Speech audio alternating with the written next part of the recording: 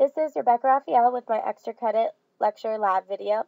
The lecture I attended was Baseball and Physics, You Can Observe a Lot by Watching by Professor Alan M. Nathan. The topic of this lecture was the dynamics of the ball and bat collision and flight of the baseball. The topic was of interest to me because it explains the physics of something that is so relatable. I really enjoyed baseball and thought it was cool to learn about the physics underneath the game. Some of the main points of the lecture were that the ball deforms when hits and bounces back with about half speed. Newton's third law is utilized, where every action there is an equal and opposite reaction. So the bat is giving momentum to the baseball, which in turn gives it back to the bat. So the bat slows down after reversing the ball's motion because of the collision and the effect of them pushing off of each other. The speed of the bat matters more than the speed of the pitch.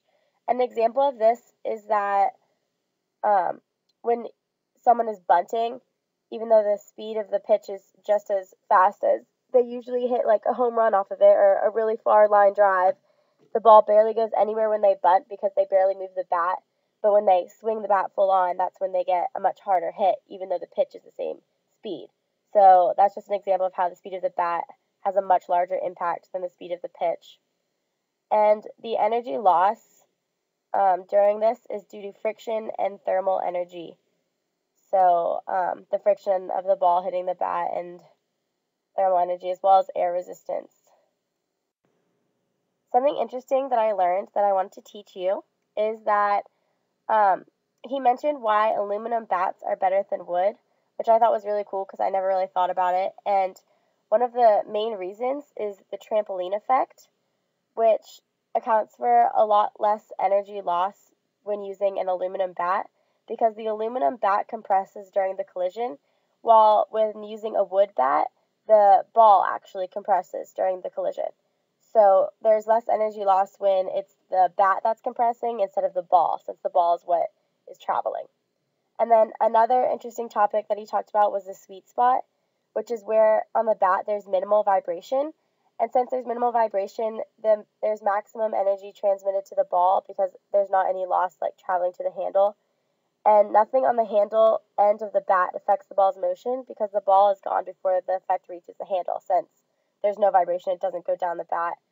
Unlike usually where the ball hits, if it's not the sweet spot, then there's like a reaction time until it gets to the handle and like the bat like hits the ball. But when it hits the sweet spot, he said theoretically, like if the batter just dropped the bat at the instant it hit it, then it would still have the same effect as if they swung because it's just instantly, there's not enough time for it to get to the handle before when the ball hits.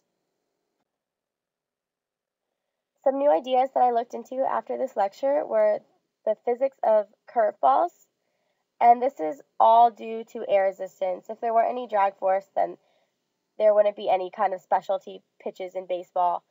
So for a curveball, the ball has to be spinning. So when the pitchers throw the ball, they must snap their wrist in a turning motion so that the ball has a rotation. And this causes there to be a higher air pressure on one side of the ball due to the stitching, because as it rotates, the stitching gathers up air. And so the faster flowing air under the ball has less pressure than the air on top. And this causes the ball to curve because of the imbalance in pressure from air resistance.